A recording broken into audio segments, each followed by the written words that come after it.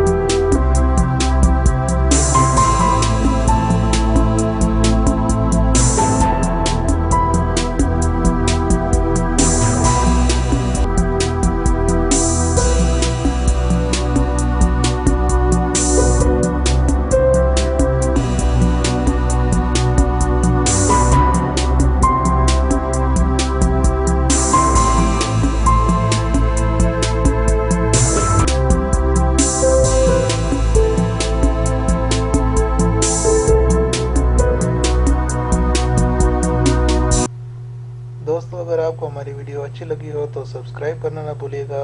अगली वीडियो तक के लिए अल्लाह हाफिज़।